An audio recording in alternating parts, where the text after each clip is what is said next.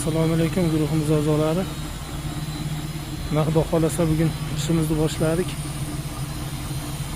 Endigi yukimiz kolodislarimiz mana 3 ta 120 ga 60 dan 2 ta qopqoq berdik. Bitta 120 ga 90 ligidan. Bittasi. Kimga shunday xizmatlar bo'lsa, murojaat qilaverasizlar. Abilla to'glarimizdan bor. Kolodislarimiz katta 120 ga 90 liglar. Bu yerda 120 ga 60 liglari bor. Har xil razmerlardan bor.